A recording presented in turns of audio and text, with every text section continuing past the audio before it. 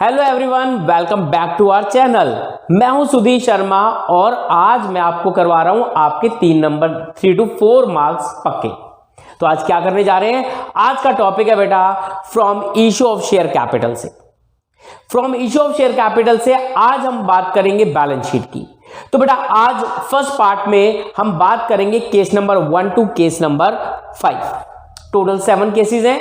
तो second part में हम बात करेंगे case number 6 and case number 7 की। तो आइए बिना देर करे स्टार्ट करते हैं पार्ट नंबर 1। तो बेटा सबसे पहला काम क्या रहेगा, हमें इंडेक्स समझना है कि जब हम इश्यू ऑफ शेयर कैपिटल की बैलेंस शीट तैयार करेंगे तो कितने टाइप से बैलेंस शीट तैयार हो सकती है। तो सबसे पहला काम क्या रहेगा, हम लोग ये समझते हैं कि कितने टाइप की बैलेंस शीट यहां पे बनेगी। यहां पे बेटा टोटल 7 केसेस, और अगर मैं इन 7 केसेस में केस नंबर 6 और केस नंबर 7 की बात करता हूं तो उसमें भी 2 केसेस हैं। यानी कि जब भी मैं इश्यू ऑफ शेयर कैपिटल की बैलेंस शीट तैयार करूंगा, उस बैलेंस शीट को तैयार करने के लिए हमें ध्यान रखना है शेड्यूल नंबर 3 एंड पार्ट 1। जब भी कंपनीज की बैलेंस शीट्स बनती हैं according to schedule 3 and part 1 हम प्रिपेयर करते हैं बैलेंस शीट, राइट। तो सबसे पहला बेटा केस होगा subscribe and fully paid up. यानी कि कंपनी ने जब अपने शेयर्स को इशू किया तो जितनी कंपनी के शेयर्स की वैल्यू थी उतना ही कंपनी ने मांगा। ठीक है, एग्जांपल समझते हैं। कंपनी ने कहा ये है हमारे dash equity shares of ₹10 each, और कंपनी ने कहा कि ये 10 रुपए हमें चाहिए और कंपनी को पूरे 10 रुपीज मिल गए, तो उसे कहते हैं subscribed and fully paid up. कि कंपनी ने जितना पैसा मांगा कंपनी को उतना पूरा पैसा मिल गया। मतलब पूरा पैसा कंपनी ने अपने पूरे शेयर का पैसा मांगा और पूरा पैसा मिल गया। Subscribe but not fully paid up dash equity shares of ₹10 each, ₹8 called up. Company ने कहा कि हमारे शेयर की वैल्यू है 10 रुपीज, लेकिन अभी कंपनी कहती है कि हम आपसे केवल 8 रुपए यानी कि 8 रुपीज डिमांड कर रहे हैं। जो रिमेनिंग 2 रुपीज है वो हम बाद में आपसे डिमांड करेंगे। क्लियर है बात? ये बात तो समझ में आ गई कि subscribe but not fully paid up में ये हुआ कि कंपनी के शेयर की वैल्यू 10 रुपीज थी, बट कंपनी कहती है कि अभी हम आपसे कॉल कर रहे हैं ओनली 8 रुपीज। उसके बाद issue of shares at premium.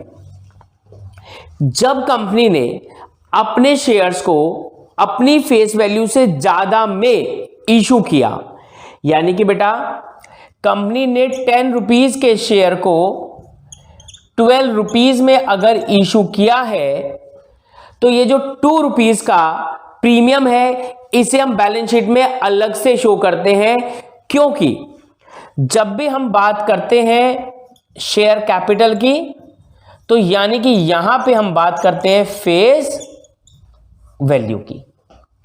यानी कि अगर मैंने 10 रुपीज के शेयर को 12 रुपीज में बेचा है और मैं आपसे पूछता हूं मेरी शेयर कैपिटल कितनी रेज हुई, तो आप बेटा मुझे बोलेंगे 10 रुपीज की। जो 2 रुपीज है वो सिक्योरिटी प्रीमियम है, इसे हम लोग कैपिटल रिसिप्ट ट्रीट करते हैं और बैलेंस शीट में अलग से रिजर्व एंड सरप्लस में इसे शो किया जाता है। फिर हम लोग बात करेंगे कि बेटा अगर यहां पे कुछ हमारा कॉल्स इन एरियर है, तो यानी कि जब हमने अपने शेयर्स को इंस्टॉलमेंट्स पे इशू किया था और अगर कोई इंस्टॉलमेंट हमें नहीं मिली तो उसे हम कहते हैं कॉल्स इन एरियर। तो कॉल्स इन एरियर का केस होगा तो कैसे शो होगा, और कॉल्स इन एडवांस। अब बेटा कॉल्स इन एडवांस को भी हम 2 तरीके से समझेंगे। अगर फुली पेड अप यानी कि fully called up fully paid up है तो उसमें कॉल्स इन एडवांस नामक कोई भी चीज नहीं आती है। अगर मैंने आपको कहा कि कंपनी का 10 रुपीज का शेयर है और कंपनी ने अभी कॉल्ड अप किया है 8 रुपीज, और अगर इस केस में कॉल्स इन एडवांस है तो उसे हम बैलेंस शीट में कैसे रिकॉर्ड करेंगे वो हमें देखना है।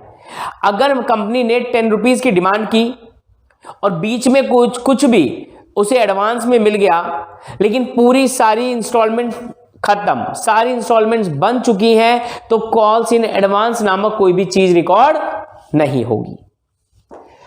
उसके बाद बेटा अगर कॉल्स इन एरियर होता है तो उसके बाद अगर कंपनी अपने शेयर्स को फोरफीट करती है तो फोरफीट में भी क्या होगा कि अगर कंपनी ने कहा कि हमारे 2 शेयर होल्डर हैं, ए और बी शेयर होल्डर्स हैं, इन दोनों ने कॉल्स इन एरियर किया, लेकिन कंपनी ने कहा कि हमने इसमें से ए के शेयर्स को फोरफीट किया है या ओनली बी के शेयर्स को फोरफीट किया है, तो उसमें क्या केस होगा। या फिर कंपनी कहती है ऑल शेयर्स वर फोरफिटेड, तो ये 2 डिफरेंट केसेस यहां पे बने हैं कि या तो कंपनी सभी शेयर्स को फोरफीट कर रही है या कंपनी कहती है कि इसमें से कुछ शेयर्स को हम अभी फोरफीट कर रहे हैं। उसके बाद हम देखेंगे केस नंबर 7 जिसमें कंपनी कहती है कि जितने शेयर्स फोरफीट हुए हैं अब उसमें से री इशू की बात करते हैं। अगर कंपनी कहती है कि हमने जितने भी शेयर्स को फोरफीट किया है उन सभी को री इशू कर रही है, यानी कि जितने भी शेयर्स फोरफीट हुए थे उन सभी को री इशू कर दिया गया, या फिर जितने भी शेयर्स फोरफीट हुए थे उसमें से कुछ ही शेयर्स को अगर कंपनी री इशू करती है तो उस केस में ट्रीटमेंट क्या होगा। तो बेटे जितनी भी अभी हम लोग बैलेंस शीट की जब बात करेंगे ना तो सभी के अंदर थोड़ा थोड़ा चेंज आने वाला है, यानी कि बाकी सारा पार्ट कॉमन रहेगा, केवल हमें थोड़े थोड़े पार्ट पे मतलब अगर मैं परसेंटेज में बात करूं तो 3 to 5% के डिफरेंसेस के साथ हम आगे बढ़ते जाएंगे। यानी कि अगर मैं यहां पे इतने सारे केसेस की बात कर रहा हूं तो इतने सारे फॉर्मेट लर्न करने की रिक्वायरमेंट नहीं है, एक फॉर्मेट थोड़ा थोड़ा मॉडिफिकेशन और आगे चलते जाएंगे। ठीक है, चलिए अब देख लेते हैं कि हमारा जो फॉर्मेट होगा वो कैसे होने वाला है। यानी कि अब हमें बैलेंस शीट के साथ साथ नोट टू अकाउंट भी बनाना है। तो सबसे पहले समझते हैं फॉर्मेट और उसके बाद एक एक एग्जांपल। चलो अब देखते हैं सबसे पहले हमारा जो फॉर्मेट होने वाला है बैलेंस शीट का, ऑल 7 केसेस में सेम रहने वाला है। सबसे पहले मैं लिखूंगा बेटा जो भी कंपनी का नेम है, बैलेंस शीट एज एट जो भी हमारा ईयर है। सबसे पहले फॉर्मेट है बैलेंस शीट का जिसमें बिल्कुल इसको फ्रीज कर दो for all 7 cases. Security premium में थोड़ा सा चेंज आएगा वो हम देख लेंगे, और इसके साथ साथ हमारा जो मेन पार्ट है वो है नोट टू अकाउंट, यानी कि सारे मार्क्स नोट टू अकाउंट के हैं। अगर ये 4 मार्कर क्वेश्चन है तो 1 और 3। तो बेटे इसको एकदम फ्रीज कर दो फॉर ऑल केसेस। और दूसरी बात यहां से यहां तक भी फ्रीज करने वाला हूं, समझिए। अब सबसे पहले क्वेश्चन में क्या किया बेटा, अब हम लोग बात करें केवल और केवल इशू ऑफ शेयर कैपिटल के बारे में। तो हमारी बैलेंस शीट के अंदर आपने लिखना है equity and liabilities, share holders funds and share capital, और यहां पे शेयर कैपिटल का अमाउंट आएगा, और इस शेयर कैपिटल के अमाउंट को कैलकुलेट करने के लिए हमने एक वर्किंग नोट बनाया जिसे कहते हैं नोट टू अकाउंट। नंबर 1 है तो यानी कि ये कैलकुलेशन हमारे नोट नंबर 1 से आएगी। तो बेटा सबसे पहले क्वेश्चन में लिखेंगे शेयर कैपिटल, क्योंकि हमें शेयर कैपिटल का अमाउंट फाइंड करना है। सबसे पहले लिखेंगे ऑथराइज शेयर कैपिटल, जो भी कंपनी की ऑथराइज शेयर कैपिटल क्वेश्चन में गिवन होगी, जितने भी इक्विटी शेयर्स ऑफ रुपीज जितना ईच है यहां लिख देंगे। अगर क्वेश्चन में ऑथराइज शेयर कैपिटल गिवन नहीं है तो आप जैसे मैंने डैश डैश लिखा है वो छोड़ दो। ये तो दिया होगा आपको, number of authorise share capital नहीं दिया तो आप इसको स्किप नहीं करेंगे, आपकी फॉर्मेटिंग में नोट टू अकाउंट में इसे मेंशन जरूर करेंगे लाइक दिस।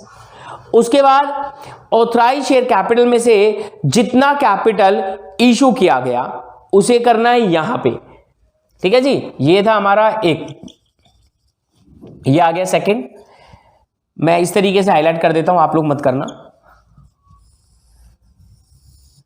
अब लिखा मैंने इशूड शेयर कैपिटल, अब जितना भी, जरूरी नहीं है कि जितना ऑथराइज शेयर कैपिटल था वो सारे का सारा इशू हो, तो अब हम क्या करेंगे, यहां पे जितने भी शेयर्स हमने इशू करे, dash equity shares of rupees dash each.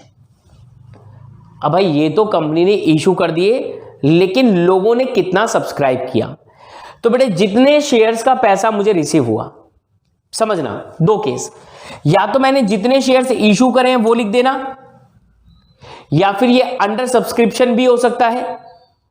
अगर ये ओवर सब्सक्रिप्शन होगा तभी भी आपने ये वाला लिखना है, क्योंकि जब ओवर सब्सक्रिप्शन होता है तो जितना भी एक्सेस अमाउंट आता है हम उसको प्रोराटा बना करके एडजस्ट कर लेते हैं, कभी भी इशूड शेयर कैपिटल से ज्यादा हम इशू नहीं करते हैं। तो यहां पे लिखा मैंने सब्सक्राइब शेयर कैपिटल, इसमें एक लाइन और ऐड होगी यहां पे, subscribe and fully paid up. अगर कंपनी ने जितने शेयर्स का पैसा मांगा था, जितना पैसा मांगा था ना, जो फेस वैल्यू थी, वो सारा पैसा रिसीव हो गया, तो आप लिखेंगे subscribe and fully paid up, और ये जो अमाउंट आएगा इसे आप यहां पे रिकॉर्ड करेंगे। ठीक है, चलो एक एग्जांपल लेते हैं। कंपनी की ऑथराइज शेयर कैपिटल है 20,000 शेयर्स 100 ईच। तो क्वेश्चन में लिखा हुआ था कि कंपनी की जो ऑथराइज शेयर कैपिटल है वो है 20,000। ठीक है भाई, चलो यहां पे लिख दो कि सर 20,000 इक्विटी शेयर्स 100 ईच, तो कितना हो गया 20 lakh. Company issued 10,000 equity shares. ठीक है सर, लिख दिया, यहां पे आ गया बेटा जी 10 लाख। और कंपनी ने जितने शेयर्स के लिए लोगों से पैसा मांगा मिल गया 10,000 इंटू 100 ईच, तो ये हो गया बेटा 10 लाख। तो इस 10 लाख रुपीस को यहां पे आप रिकॉर्ड करेंगे। चलो अब क्या हुआ बेटा, company issued 10,000 equity shares, but जो सब्सक्रिप्शन आया वो आया 8,000 शेयर्स का। ठीक है जी, 8,000 का अगर आता तो यहां पे आप लिखते बेटा 8,000, और यहां पे हो जाता 8 लाख, और यहां पे हो जाता 8 लाख। ये बात समझ में आ गई। अगर मैंने कहा कि कंपनी ने अपने जो शेयर्स इशू किए थे उससे कम का यहां पे सब्सक्रिप्शन आया, this is called under subscribe, यानी कि लोगों ने कम के लिए सब्सक्रिप्शन किया, लेकिन पूरी जो हमारी फेस वैल्यू थी वो हमें रिसीव हो गई, इसीलिए मैंने लिखा बेटा subscribe and fully paid up में 8,000 equity shares of rupees 100 each. तो ये था हमारा केस नंबर 1, जब कंपनी को सारा फेस वैल्यू का पैसा रिसीव हो गया। चलिए अब इसी को मॉडिफाई करते हैं बेटा, इसी को मॉडिफाई करते हैं। देखो इसको हटा देता हूं। अब कंपनी ने कहा भाई 100 रुपीज का हमारा शेयर है, बट हम अभी आपसे केवल कितना मांग रहे हैं 80 रुपीज। अभी कंपनी कहती है कि हम आपसे 80 रुपीज की डिमांड कर रहे हैं इंस्टेड ऑफ 100 रुपीज। तो बच्चे यहां आप लिखेंगे subscribed but not fully paid up, subscribe but not fully paid up. 10,000 equity shares of rupees 100 each,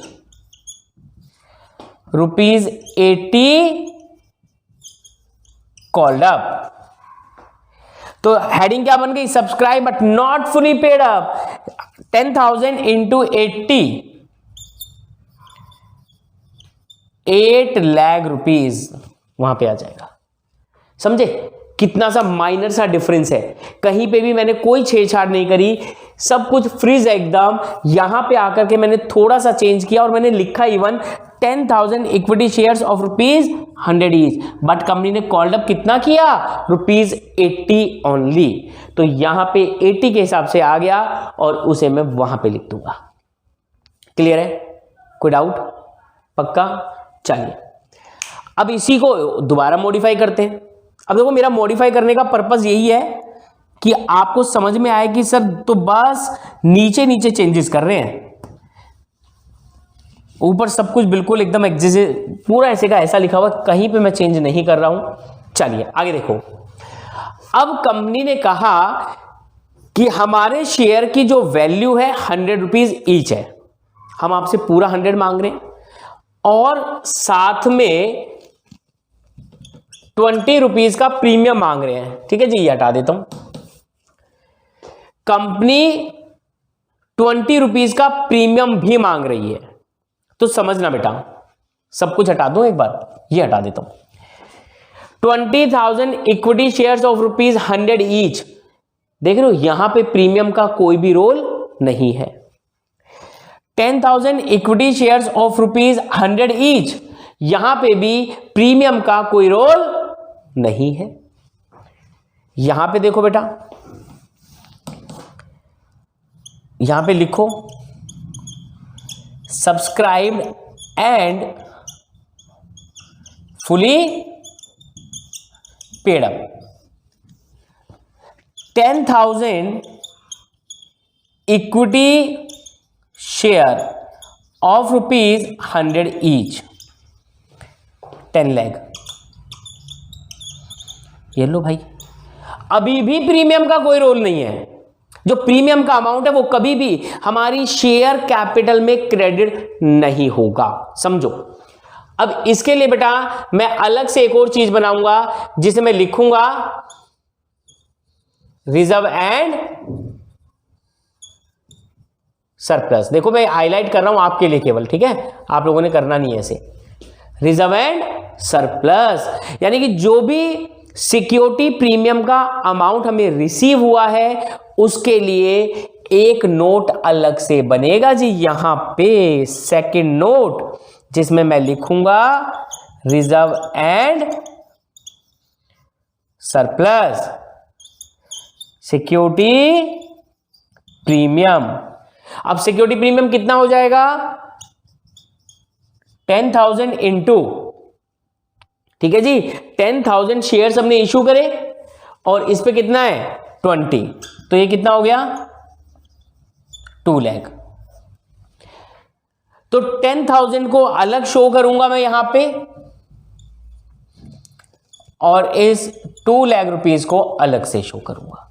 यानी कि जो भी कंपनी प्रीमियम की डिमांड कर रही है वो प्रीमियम अमाउंट हम अपने नोट टू अकाउंट और बैलेंस शीट दोनों जगह पे अलग अलग रिकॉर्ड करेंगे। तो बच्चे यहां पे देख रहे हैं मजाक में एक ही एग्जांपल से 3 केसेस कर लिए हैं, तीनों केसेस में थोड़ा थोड़ा चेंज आया, वो भी कहां पे चेंज आया, यहां पे चेंज आया। चलो जल्दी से बताएं, कोई डाउट?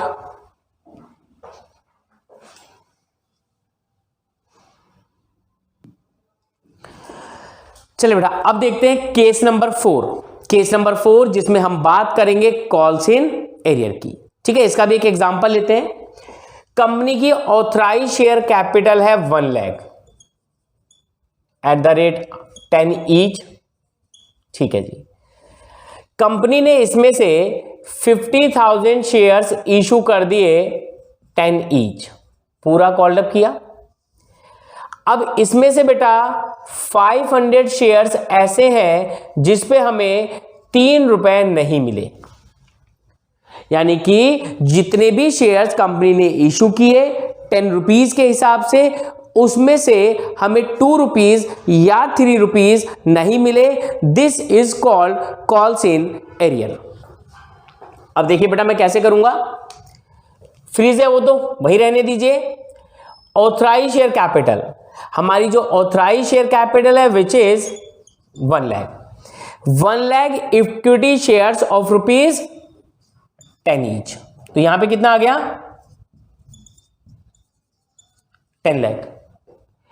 उसके बाद company issued 50,000 equity shares of ₹10 each. तो यहां पे कितना आ गया? 5 लाख। अब समझो बेटा, इस 50,000 में से 500 का पैसा नहीं मिला है। इसका मतलब है कि जो 49,500 ये वाले जो शेयर होल्डर्स हैं, इन्होंने हमें पूरा 10 रुपीज दे दिया। इन्होंने हमें पूरा 10 रुपीज क्या कर दिया? पे कर दिया। तो भाई ये तो वो कैटेगरी है subscribe and fully paid up. ये बात समझ गए? क्योंकि ये 50,000 में से केवल यही लोग हैं जिनसे हमने 10 रुपीज फेस वैल्यू मांगी थी और उन्होंने पूरा 10 रुपीज हमें पे कर दिया। 49,500 इक्विटी शेयर्स ऑफ ₹10 ईच। तो इससे मुझे कितना मिल गया? कितना मिला? 4,95,000, राइट। उसके बाद ये वो लोग हैं जिन्होंने हमें पूरा पैसा नहीं दिया लेकिन पूरा नहीं दिया। इनके लिए मैंने एक और कैटेगरी बनाई है, subscribe but not fully paid up. 500 equity shares of ₹10 each. इन लोगों से 10 रुपीज के हिसाब से मुझे कितना लेना था? 5,000। उसके बाद बेटा यहां पे आप कीजिए less calls in area. 503 rupees के हिसाब से 1,500 मुझे नहीं मिला। इसका मतलब है 3,500 रुपीज मेरे को रिसीव हो गए। 5,000 मतलब कि जिनके पास 500 शेयर्स थे 10 रुपीज के हिसाब से अभी तक हमें 5,000 रुपीज रिसीव हो जाने चाहिए थे, लेकिन अब यहां पे 1,500 रुपीज यहां पे रिसीव नहीं हुए हैं, राइट। चलिए अब आगे देखो। अब इसका यहां पे कर दो टोटल। अब जब टोटल करेंगे 4,98,500, ये अमाउंट यहां पे चुपचाप ट्रांसफर कर दो और ले लो अपने 3 नंबर 4 नंबर जो भी है, ये लो। बोलो जी, कोई डाउट? क्लियर है बात सारी? श्योर एकदम? Very good. चलो, तो ये था केस नंबर 4। अब मैं बात करूंगा किसकी? कॉल्स इन एडवांस की। यानी कि अब हम बात करेंगे बेटा केस नंबर 5 की। केस नंबर 5 में कहता है कंपनी ने इंस्टॉलमेंट्स बनाई और कंपनी को अलॉटमेंट पे कॉल्स का पैसा रिसीव हो गया। This is called calls in advance. लेकिन कंपनी ने सारी फाइनल कॉल तक डन कर दी है। तो एक बात बताओ, अगर इंस्टॉलमेंट्स बन रही थी और किसी ने मुझे एडवांस दे दिया, लेकिन अब फाइनल कॉल तक मैं बना चुका हूं, तो क्या किसी का मेरा एडवांस है? नहीं है, क्योंकि वो सारा एडवांस ऑलरेडी एडजस्ट हो चुका है। वो सारा एडवांस ऑलरेडी एडजस्ट हो चुका है। तो यहां पे कॉल्स इन एडवांस की मैं बातें नहीं करूंगा। अब मैं कॉल्स इन एडवांस की बात कब करूंगा, ये समझना मेरे साथ। देखिएगा, इसको हटाता हूं यहां से, छुमंतर हट जा। चलिए अब देखो बेटा केस नंबर 5, क्योंकि केस नंबर 5 के बाद थोड़ा सा काम बचेगा, उसे नेक्स्ट पार्ट में समझेंगे। ये पार्ट डन करेंगे इस केस के बाद। यहां पे बेटा मैंने कहा कॉल्स इन एडवांस। अब समझना कॉल्स इन एडवांस कब होगा। यहां पे मैंने बोला subscribe but not fully paid up. 50,000 equity shares of ₹100 each, 10 rupees each, ₹8 called up, यानी कि कंपनी ने अभी कॉल्ड अप किया था ओनली 8 रुपीज, राइट। तो 8 रुपीज के हिसाब से यहां पे अमाउंट आ गया 4 लाख। लेकिन बेटा अब हमें पता लगा एक शेयर होल्डर जिसके पास 1000 शेयर्स थे, उसने 2 रुपए जो अभी तक कंपनी ने कॉल्ड नहीं किए थे वो भी कंपनी को पे कर दिए। This is called other current liabilities. तो यानी कि यहां पे दूसरी चीज बनेगी बेटा करंट लायबिलिटीज, और करंट लायबिलिटीज में क्या लिख दूं, अदर करंट लायबिलिटी। अब भाई इसका अमाउंट निकालने के लिए मैं एक और नोट बना देता हूं, नोट नंबर 2, जिसमें मैं लिखूंगा अदर करंट लायबिलिटीज या लायबिलिटी, उसमें मैं लिखूंगा कॉल्स इन एडवांस। ठीक है ना, इसको तो यहां पे हम क्लोज कर बैठे हैं। यहां पे लिखूंगा कॉल्स इन एडवांस, और मैंने कहा 1000 शेयर का पैसा 2 रुपीज के हिसाब से हमें रिसीव हो गया है, तो यहां पे आप लिख दीजिए 2000। जब कंपनी ने सारी इंस्टॉलमेंट्स बना दी तो उस क्वेश्चन में अगर आपको कॉल्स इन एडवांस नजर आता है तो इग्नोर कर दो। कंपनी का अगर कॉल्ड अप कम है, ठीक है ना, फेस वैल्यू से कम का कॉल्ड अप है और वहां पे कॉल्स इन एडवांस है, तो उस केस में कुछ इस तरीके की बातें हम करेंगे। ठीक है, चलिए नेक्स्ट पार्ट में 6 और 7 के बारे में हम लोग बात करेंगे।